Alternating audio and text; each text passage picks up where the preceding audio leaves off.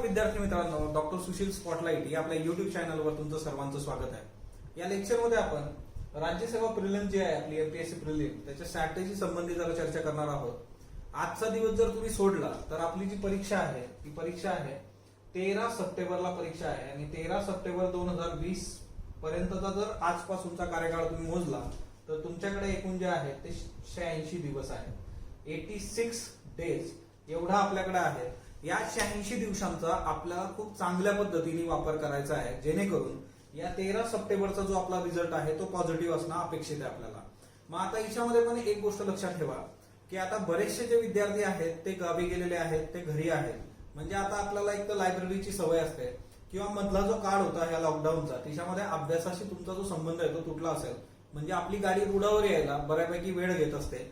आणि त्याच्याकरता तुम्हाला एक गोष्ट लक्षात ठेवायची की आता तुम्हाला गोष्टी डिसाईड करायच्या आहेत। सगळ्यात पहिली गोष्ट, एक, आपल्याला ज्या गोष्टीची आपण वाट पाहत होतो ती आपल्या समोर आहे, आपलं लक्ष आपल्या समोर आहे 13 सप्टेंबर। त्याच्यामुळे आता तुम्ही जिथं कुठं असाल तर तिथं तुमची अभ्यासाची जागा, अभ्यासाची वेळ तुम्हाला डिसाईड करणं बेसिक ही खूप महत्वाची तुमची जबाबदारी। याच्याबरोबरच दुसरी महत्वाची गोष्ट जी आहे की तुमचा ऍटिट्यूड जो आहे तो पॉझिटिव्ह असला पाहिजे की मी लायब्ररीत असतो तर मी असं केलं असतं किंवा पुण्यात असतो तर 16 तास अभ्यास केला असता। असले जे काही फंडे आहेत ते सगळे बाजूला ठेवायचे।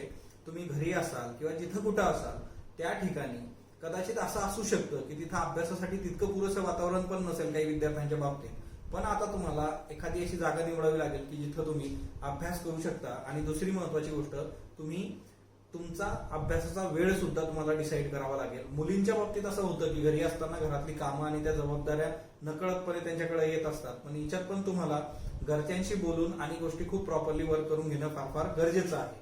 दुसरा जो मुद्दा आहे की आता याच्यात असं असू शकतं की आपल्याकडं जे काही संदर्भ साहित्य असतं किंवा आपली जी पुस्तकं असतात ती पुस्तकं आपल्याकडे नाहीयेत। बऱ्याच विद्यार्थ्यांची पुस्तकं जी आहेत ती पुण्यामध्ये आहेत, रूमवर राहिलेली आहेत, रीडिंग रूम मध्ये राहिलेली आहेत। मग आता अशा याच्यामध्ये कुठलंही कारण न देता एक तर तुमच्याकडे थोड्याफार तरी गोष्टी तुम्ही घेऊन गेला असाल तर जे तुमच्याकडे सोर्सेस आहेत त्याला तुम्ही ट्रस्ट करणं फार गरजेचं आहे।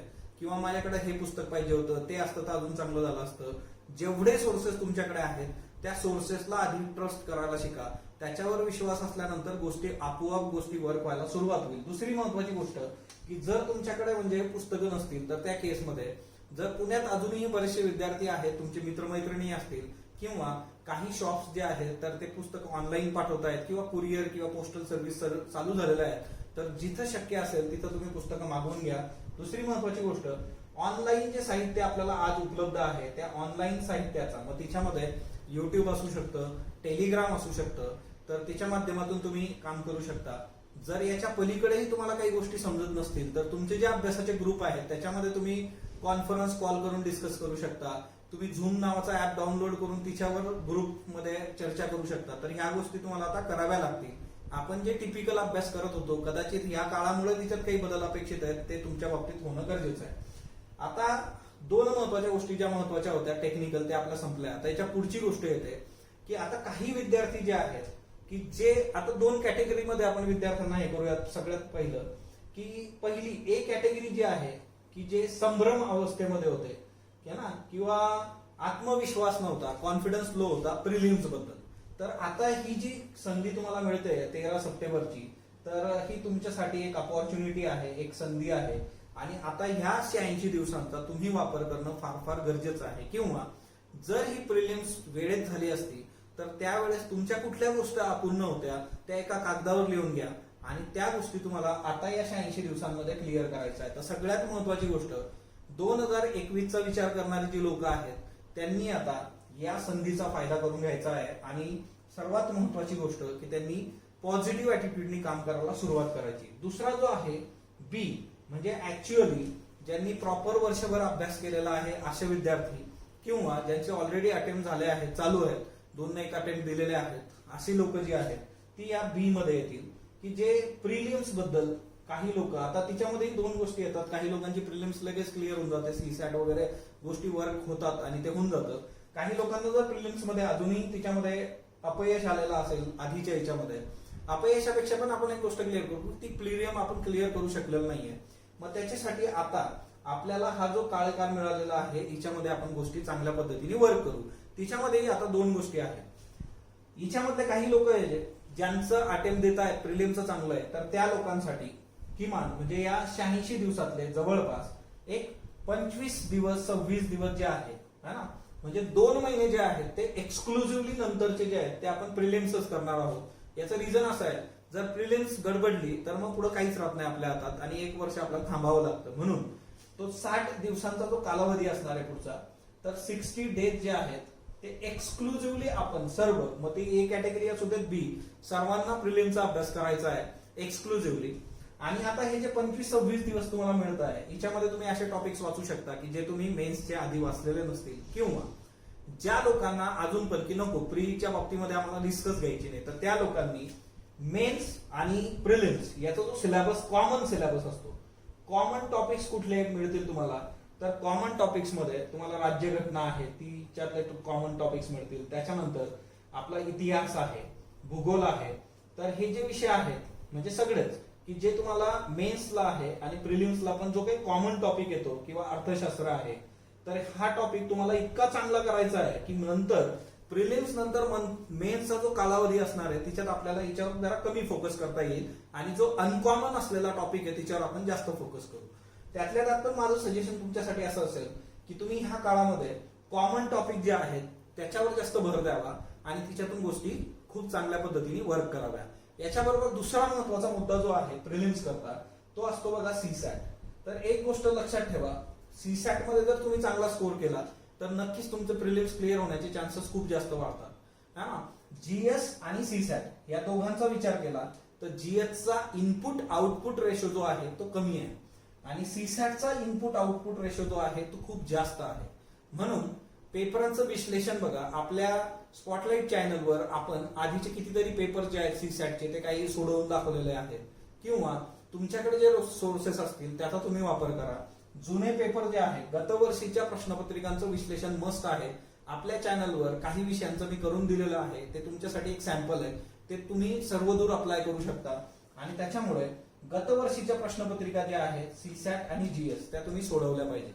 आता असं होऊ शकतं की तुमच्याकडे टेस्ट सिरीज नसेल, काही विद्यार्थ्यांचं जर बाबतीत असं झालं असेल तर टेस्ट सिरीज नसेल, पण एक गोष्ट सांगतो, मार्केटमध्ये टेस्ट सिरीजचे ऑनलाईन ऑप्शन्स तुम्हाला आहेत. जिथं जिथं शक्य आहे तिथं करा, किंवा कोणी मित्र वगैरे असेल पुण्यात किंवा जिल्ह्याच्या ठिकाणी तिथून तुम्ही टेस्ट सिरीज मागवू शकता, झेरॉक्स मागवू शकता. तर तो तुम्हाला पर्याय घ्यायचा आहे. त्याचं रिझन असं आहे की ही सगळी जी एक्झाम आहे ती एमसीक्यू आहे आणि नुसतं वाचून ते वर्क होणार नाही, म्हणून आपल्याला मॅक्झिमम एमसीक्यू आपण किती सॉल्व्ह करू शकतो ते करायचे आहेत.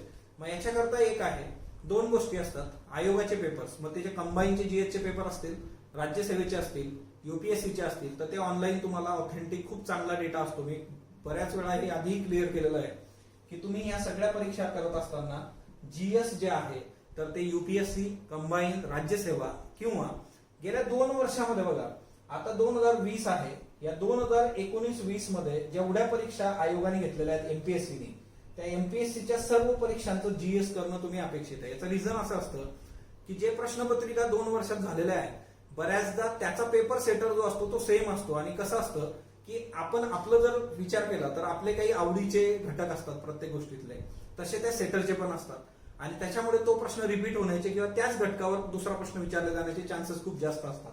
म्हणून आयोगाच्या एमपीएससीच्या ज्या काही वेगवेगळ्या परीक्षा झाल्या असतील, मग त्या समजा फूड ड्रग इन्स्पेक्टर, पण तिच्यामध्ये जीएसचा काहीतरी पार्ट आहे, तेवढा तुम्ही करणं अपेक्षित आहे. दुसरी महत्वाची गोष्ट, करंट जे आहे चालू घडामोडी त्याच्या संबंधी मी टाकलं होतं की कधीपर्यंत करायचं, असं बऱ्याच लोकांचा इश्यू होता. तर तुम्हाला कंटिन्युअसली ते करायचं आहे, पण गेल्या वर्षभरातलं म्हणजे 2019 मधलं जे काही करंट आपण करतो ते करंट करत असताना त्याचं जे करंट बेसिकशी रिलेशन आहे, स्पॉटलाइट इयरबुक मध्ये त्याचे बॉक्सेस दिलेले आहेत, त्याचं रिव्हिजन ऑलरेडी मी घेतलेलं आहे, 17 लेक्चर्स आपल्या याच्यावर उपलब्ध आहे, त्याची पीडीएफ उपलब्ध आहे. तुम्हाला तोही एक ऑप्शन आहे, पीडीएफ वाचू शकता किंवा गो थ्रू व्हिडिओज, जे काही स्पॉटलाइट इयरबुकचे रिव्हिजनचे व्हिडिओज आहेत, तर ते तुमच्यासाठी आहे. तर 2019चं आणि जवळपास या पूर्ण वर्षभरातलं 20 मधलं सुद्धा करंट अफेअर्स तुम्ही केलं पाहिजे. एक वीकचे 8-8 दिवसाचे रिव्हिजन लेक्चर्स आपण टाकलेले आहेत मार्च पासून. जानेवारी-फेब्रुवारीच्या स्पॉटलाइटचं सुद्धा मासिकाचं आपण रिव्हिजन लेक्चर टाकलेले आहेत. ते रिव्हिजन लेक्चर्स खूप परफेक्ट तुम्ही करा. दुसरी महत्वाची गोष्ट, एकतर आयोगाच्या प्रश्नपत्रिका सोडवणं किंवा तुमच्या मित्रमैत्रिणींकडून किंवा ऑनलाईन मध्ये आज जे ऑप्शन्स असतील ते तुम्ही घेतलेच पाहिजे. एमसीक्यू आपण सोडवले पाहिजेत, किमान आतापासून 2 दिवसात किमान एक सीसॅटचा पेपर सोडवणं, वेळ लावून सोडवणं. आता तिच्यामध्ये पण एक गोष्ट आहे बघा, जीएस आणि सीसॅट हे करत असताना हे जे शेवटचे एक्सक्लुझिव्ह 60 दिवस आहेत की ते तुम्हाला कम्प्लिटली प्रिलिम साठीच द्यायचे. तिच्यामध्ये पण एक गोष्ट लक्षात ठेवा की सीसॅटचा पेपर दुपारी होतो, तर दुपारी सोडवायची प्रॅक्टिस करा, कारण दुपारी जेवणानंतर खाल्ल्यानंतर लिथार्जिक होतो आपण. आणि तिच्यामध्ये जी काही त्यावेळेची जी दुपारचा जो काही लिथार्जिक पिरियड असतो तिच्यामध्ये गणित सोडवणं, कॉम्प्रिहेन्शन सोडवणं याची सवय आपल्या मेंदूला लागली पाहिजे. म्हणून सीसॅट दुपारी सोडवायचा प्रयत्न करा. आणि त्याच्यामुळे जेवढे तुम्ही जास्त पेपर सोडवणार आणि पेपर सोडवल्यानंतर विश्लेषण करायचं, कुठला प्रश्न त्याच्या खालचे 4 जे आन्सर दिलेले आहेत कुठलं योग्य आहे आणि सोडून जे 3 आहेत ते का विचारलेले आहेत, का टाकलेले आहेत तिथं, त्याचंही काम करा. म्हणजे 100 प्रश्नातून आपले किमान 400 कन्सेप्ट क्लिअर होतात. तर ही गोष्ट लक्षात ठेवायची. आता इथून पुढे हे जे 86 दिवस आहे हे 86 दिवस एकदम क्लिअर करून टाका. म्हणजे ते जे होतं की पक्षाचा डोळा, तर पक्षाचा डोळाच, दॅट्स इट, बाकी आपल्याला काही माहित नाही. कारण आता डेट आपल्या समोर आहे. एकंदरीतच जी काही सगळी संभ्रम अवस्था होती, परीक्षा होईल नाही होईल, तिच्यामध्ये सगळ्या गोष्टी आपल्या बाजूने आता पॉझिटिव्ह आहेत. त्याच्यामुळे आपण आपलं 100% इथं देणं अपेक्षित आहे. आणि या सगळ्या याच्यामध्ये ज्या काही गोष्टी महत्वाच्या असतील त्या वेळोवेळी आपण डिस्कस करत राहू. तुम्हाला अजून काही वाटलं तर तुम्ही मला कमेंट बॉक्समध्ये सांगा.